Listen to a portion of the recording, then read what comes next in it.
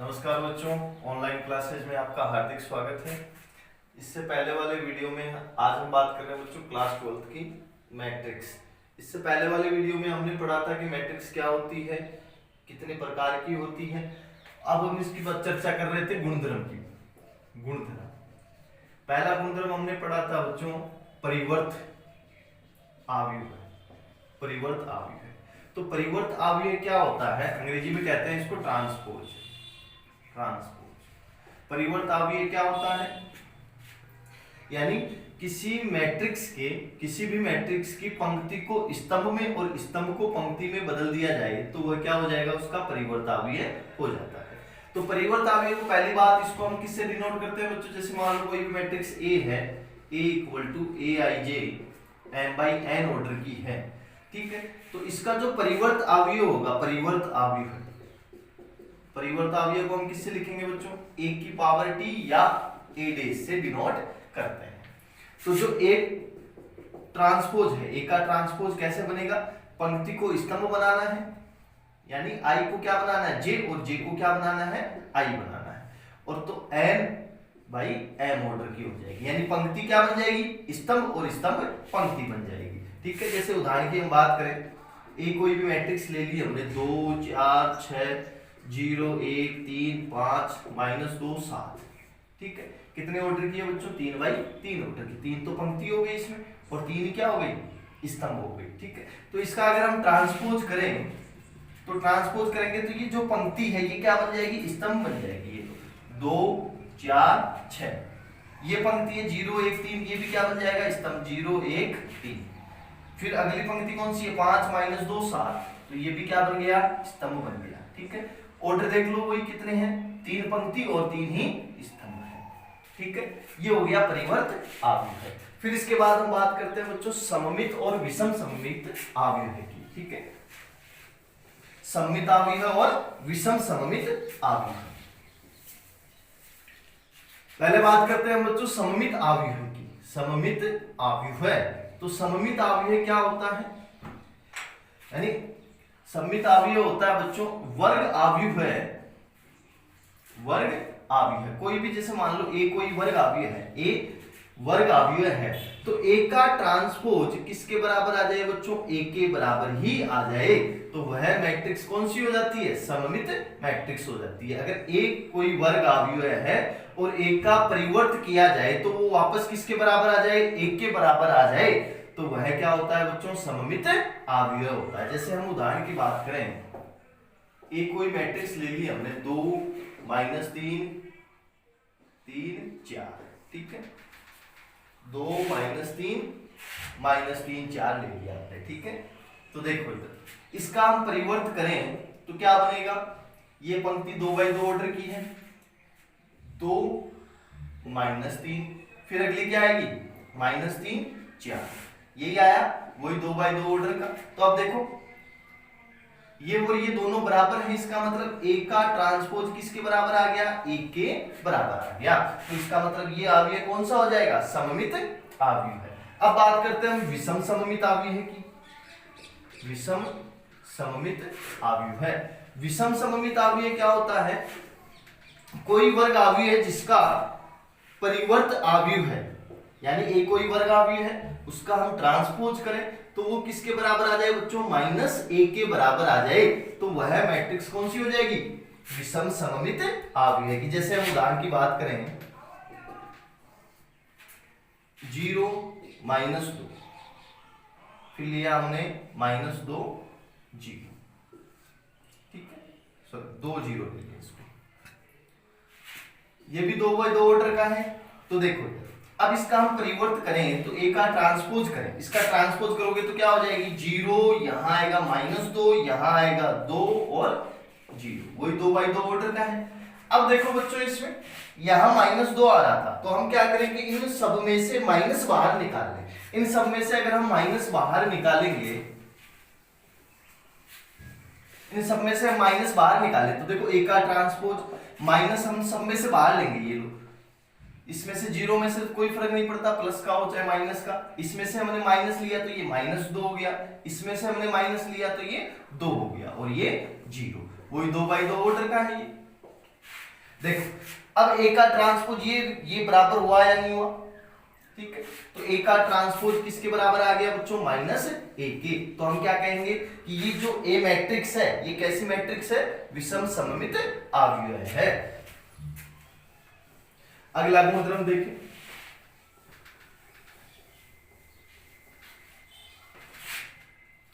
अगला गुणधर्म है तीसरा, यदि ए तथा बी कोई दो योग तथा गुणन के अनुकूल अवयव हो, यानी ए और बी कोई दो मैट्रिक्स ऐसी हो जो योग तथा गुणन के अनुकूल हो, तो देखो इसमें क्या होगा, ए प्लस बी का ट्रांसपोज, ए प्लस बी का अगर हम ट्रांसपोज करें, ए भी कोई मैट्रिक्स है और बी भी कोई मैट्रिक्स है, दोनों योग के अनुकूल है। योग के अनुकूल आगे हम योग बाकी गुणा, मैट्रिक्स का योग बाकी गुणा पढ़ेंगे, ठीक है। तो देखो इधर योग के अनुकूल कब होगा, जब दोनों का ऑर्डर क्या हो, समान हो। अगर ये मैट्रिक्स 2/3 की है तो ये भी क्या होनी चाहिए बच्चों, 2/3 की होनी चाहिए।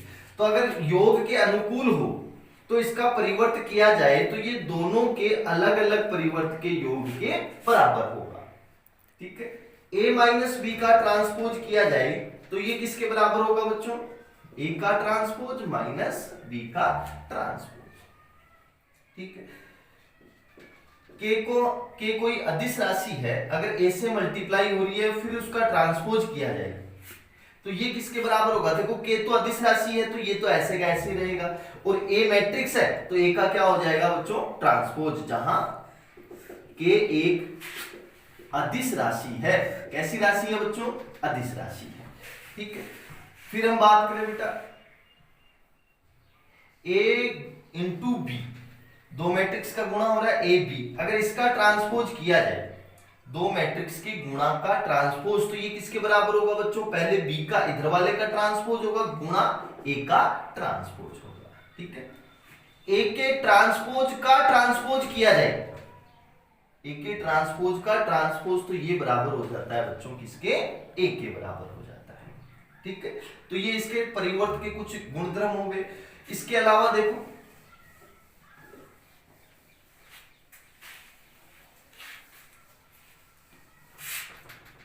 अगला गुणधर्म है कि भाई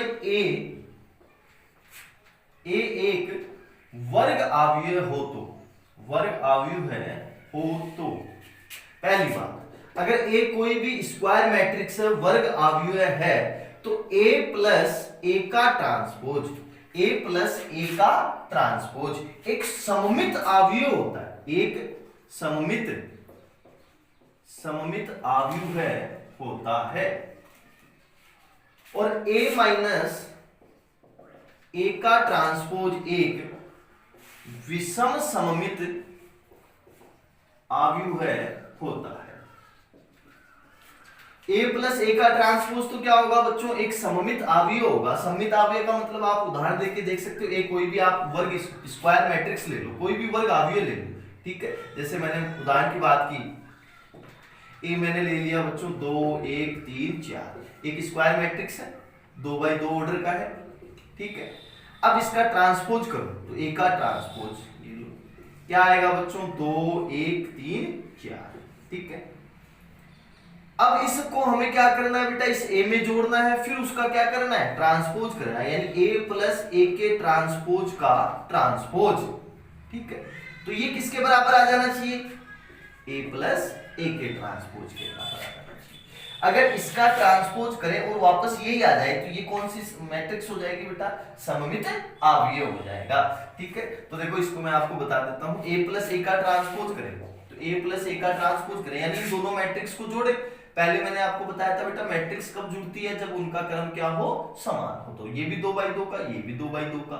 आगे हम बेटा ढंग से चर्चा करेंगे योग बाकी गुणा में, मैट्रिक्स का योग कैसे होता है, गुणा कैसे होती है, भाग कैसे होता है। एक बार ये मैं आपको गुणधर्म समझा रहा हूँ हल्का सा, देखो दोनों को अगर मैं जोड़ूं तो बेटा संगत अवयव जुड़ता है। जैसे ये कितने नंबर पे आया बेटा, पहली पंक्ति का और पहले स्तंभ का पहला अवयव, ये पहली पंक्ति का और दूसरी स्तंभ का पहला अवयव, ये दूसरी पंक्ति का और पहले स्तंभ का दूसरा अवयव हो गया, ये दूसरी पंक्ति का दूसरे स्तंभ का अवयव हो गया। ठीक है, तो देखो इसमें संगत अवयव जुड़ेंगे, इसमें ये जुड़ेगा, इसमें ये जुड़ेगा, इसमें ये जुड़ेगा, इसमें ये जुड़ेगा।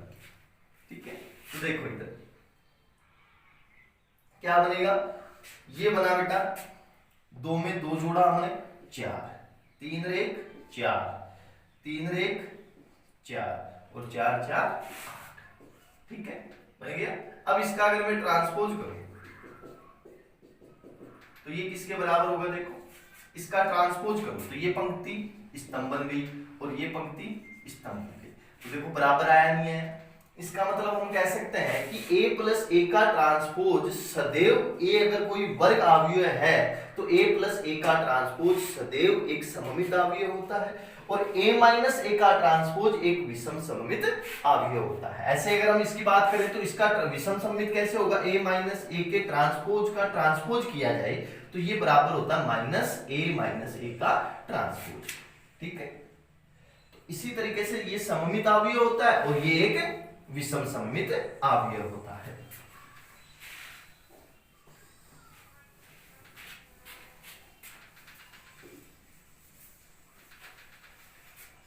एक अगला गुणधर्म है बच्चों, ठीक है, कि भाई ए अगर एक वर्ग अवयव है, ए एक वर्ग अवयव है हो तो इसको हम सममित और विषम सममित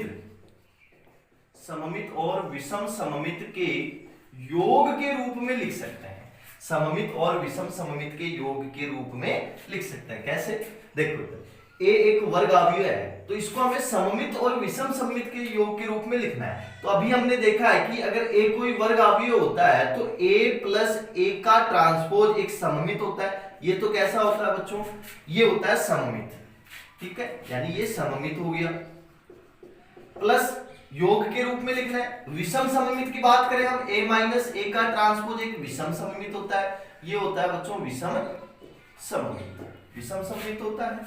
अब इस a को हमें इन दोनों के जोड़ के रूप में लिखना है, सममित और विषम सममित के। तो देखो इधर ये प्लस का ये माइनस का ये तो कट जाएगा, a कितना हो गया 2a, जबकि हमें कितना चाहिए a के चाहिए, तो हम क्या करें बेटा, इसको भी आधा कर दें और इसको आधा कर दें। तो कहने का मतलब क्या हो गया, किसी भी वर्ग अवयव को हम सममित और विषम सममित के योग के रूप में लिख सकते हैं। ये किसी भी वर्ग अवयव है को सममित और विषम सममित के योग के रूप में इस तरीके से लिखेंगे। आई बात समझ? तो प्यारे बच्चों देखो, अगला है बेटा, अगला गुणधर्म है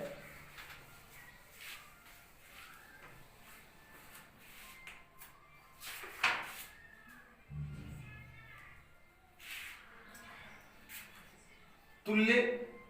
जो भी अगला क्रम है देख लेना, समान अवयव है, समान या तुल्य अवयव है, तुल्य अवयव है। ठीक है, देखो इधर कोई भी दो मैट्रिक्स ए और बी, कोई भी दो मैट्रिक्स ए और बी समान या तुल्य, कहने का मतलब बराबर कब होंगे, दो मैट्रिक्स बराबर तभी होंगे जब, पहली बात तो बेटा समान क्रम होना चाहिए, समान क्रम होना चाहिए पहली बात।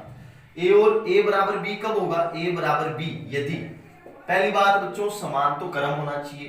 दूसरी बात जो संगत अवयव है, संगत अवयव क्या होना चाहिए बेटा, बराबर होना चाहिए, संगत अवयव बराबर होना चाहिए। कोई भी दो मैट्रिक्स समान कब होगी, पहली बात उनका समान क्रम होना चाहिए, दोनों मैट्रिक्स का क्रम क्या होना चाहिए, समान होना चाहिए। दूसरी बात जो संगत अवयव है वो क्या होना चाहिए, बराबर होना चाहिए। जैसे मैं एक उदाहरण की बात करूं कि भाई एक मैट्रिक्स है 2 1 3 4 5 6, ये किसके बराबर है बेटा, बी के, यानी बी कोई मैट्रिक्स ले लिया हमने, B11 B12 B13 B21 B22 B23, ये तो लिखना मैंने आपको बताया था बेटा, ये कौन सा अवयव है, पहली पंक्ति और पहले स्तंभ का पहला, तो B11 ये पहली पंक्ति और दूसरे स्तंभ का तो B12 B13, ऐसे ही अब दूसरी पंक्ति आ गई तो B21, फिर दूसरा स्तंभ आ गया, पंक्ति तो वही है, देखो इसमें पहली पंक्ति है, इसमें दूसरी पंक्ति है, केवल स्तंभ बदल रहा है, ठीक है। तो अगर ये दोनों बराबर होंगे तो बराबर कब होंगे बच्चों, जब इनके संगत अवयव क्या हो, समान हो। अगर ये दोनों मैट्रिक्स बराबर है तो संगत अवयव क्या होंगे, समान होंगे। कहने का मतलब B11 किसके बराबर हो जाएगा, 2 के बराबर, ये इसके संगत अवयव हो गया। B12 किसके बराबर हो जाएगा, 1 के बराबर। B13 किसके बराबर हो जाएगा, 3 के बराबर, संगत अवयव बराबर हो जाएंगे। B21 किसके बराबर हो जाएगा, 4 के बराबर।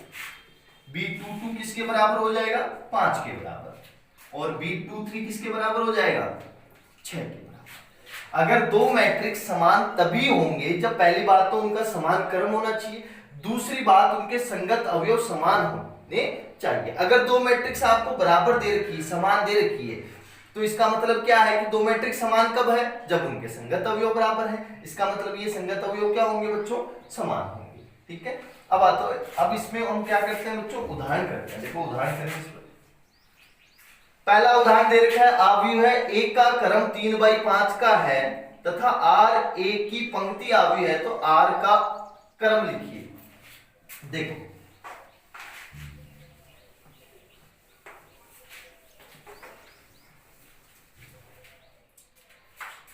एक जो मैट्रिक्स है, मान लीजिए ये ए आई जे है, कितने ऑर्डर का बताया, 3/5 का। 3/5 ऑर्डर का क्या है, एक अवयव है। और आर जो है, आर एक पंक्ति अवयव है, पंक्ति अवयव है, तो आर का क्रम बताओ। देखो हमने पहले भी पढ़ा था प्रकार में कि भाई मैट्रिक्स के प्रकार कौन कौन से होते हैं, पंक्ति अवयव है, स्तंभ अवयव है, हमने पढ़ा था प्रकार में। पंक्ति अवयव में क्या होता है, केवल एक पंक्ति होती है। तो देखो इसमें पंक्ति कितनी है, अगर इस मैट्रिक्स ए की मैं बात करूं तो इसमें पंक्ति तो कितनी हो गई, 3 पंक्ति हो गई, और स्तंभ कितने हो गए, 5 हो गए। कहने का मतलब ये जो मैट्रिक्स बन रही होगी इस तरीके से बन रही होगी, जैसे मान लो A11, A12, A13, A14, A15, A21, A22, A23, A24, A25, A31, A32, A33, A34, A35। देखो अब इसमें पंक्ति कितनी हो गई, 1 2 3 तो इसमें पंक्ति हो गई। स्तंभ कितने हो गए, 1 2 3 4 5, ये लो 3/5 ऊपर का हो गया, ठीक है। ये मैट्रिक्स ए होगी। अगर इसकी मैं पंक्ति, एक पंक्ति, कोई भी पंक्ति ले लो, इसमें से मान लो ये पंक्ति ले ली मैंने, एक पंक्ति ले ली, तो अगर मैं आर की बात करूं तो बेटा किस तरीके से बन रहा होगा, A11, A12, A13, A14, A15। Order क्या है, एक पंक्ति, और स्तंभ कितने, देखो 1 2 3 4 5, सीधी वाली ऐसे, तो ये कितने हो गए बेटा, 5 हो गए। तो इस तरीके से क्या बन गई, एक पंक्ति अवयव होगी। अगला उदाहरण दे रखा है, एक 2/3 क्रम की अवयव है ए आई जे, लिखिए जिसके अवयव ए आई जे बराबर 2i + j है। अगला उदाहरण देखो, अगला उदाहरण में कह रहा है कि हमें कोई मैट्रिक्स बनानी है, कोई मैट्रिक्स ए बनानी है, ए आई जे, ठीक है। कितने क्रम की बनानी है बच्चों, 2/3 क्रम की बनानी है। कितने क्रम की बनानी है, 2/3 क्रम की बनानी है। और इसमें जो अवयव दे रखा है हमें ए आई जे, एक बता देता हूं बेटा, दूसरा आप खुद कर लेना। ए आई जे दे रखा है 2i + j, 2i + j, इस तरीके से दे रखा है। यानी ए मैट्रिक्स हमें बनानी है कितने क्रम की, 2/3 क्रम की बनानी है। और ये जो अवयव है ये किस हिसाब से दिया जाएगा बेटा, 2i + j से दिया जाएगा। कैसे दिया जाएगा, 2i + j से। अब देखो मैंने कहा था कि बेटा ये तो बताती है किसको, पंक्ति को, रो को, और ये बताता है किसको, स्तंभ को यानी कॉलम को। अब आई पंक्ति है और जे क्या है, कॉलम है। तो आई का मान कहां से कहां तक होगा भाई, आई पंक्ति कितनी होनी चाहिए, 2 तक होनी चाहिए। कहने का मतलब आई का मान होगा बच्चों 1 पहली पंक्ति के लिए, फिर कितनी पंक्ति, 2। जे का मान कहां से कहां तक होगा बेटा, 3 तक, यानी 1 2 3। अब देखो अवयव बना, तो अवयव पहली पंक्ति A1 और पहला स्तंभ A11 हो गया। तो A11 करने का मतलब यहाँ आई की जगह तो क्या रख दो बेटा, 1, और जे की जगह भी 1, तो 2 एकम 2 + 1 कितना आया, 3। अब क्या लेंगे बेटा, वही पहली पंक्ति और दूसरा स्तंभ A12, आई का मान 1, जे का मान 2, यानी 2 गुणा 1 प्लस जे का मान कितना बच्चों 2, तो कितना आया बेटा 4। वही पहली पंक्ति तीसरा स्तंभ A1 3। अब i का मान कितना बेटा 1 और j का मान कितना बच्चों 3, j का मान 3 हो गया, तो 2 3 5। ऐसे ही बेटा अब दूसरी पंक्ति ले ले A2 फिर 1, तो A21 लिया हमने, तो देखो i की जगह तो कितना आएगा अब 2, यानी 2 गुणा 2 प्लस 1 कितना आया बेटा 5। फिर हमने लिया A22, A22 देखो यानी दूसरी पंक्ति दूसरा स्तंभ, तो 2 गुणा 2, i का मान 2 और j का मान भी कितना है बच्चों 2, तो 6 हो गया। A23 कितना बनेगा, यानी i का मान 2 है और j का मान 3 है, तो कितना बनेगा 7। तो मैट्रिक्स कैसे बनेगी देखो बेटा, ये बन गई आपकी पहली पंक्ति A1, यानी पहली पंक्ति 1 1 1 पहली पंक्ति है, तो क्या आ रहा है देखो, यानी इस तरीके से लिखेंगे A11 A12 A13 A21 A22 A23, ठीक है। वही कितने ऑर्डर की देखो 2 और स्तंभ कितना है 3, तो क्या बन रहा होगा देखो A11 कितना आया 3, A12 4 5, तो 3 4 5, A21 A22 A23 कितना आया देखो 5 6 7 5 6 7, ये बन गई बेटा आपकी मैट्रिक्स।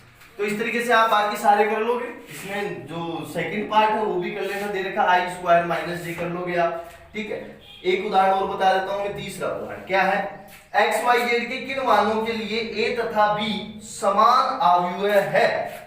तीसरा उदाहरण, एक उदाहरण और बता देता हूं।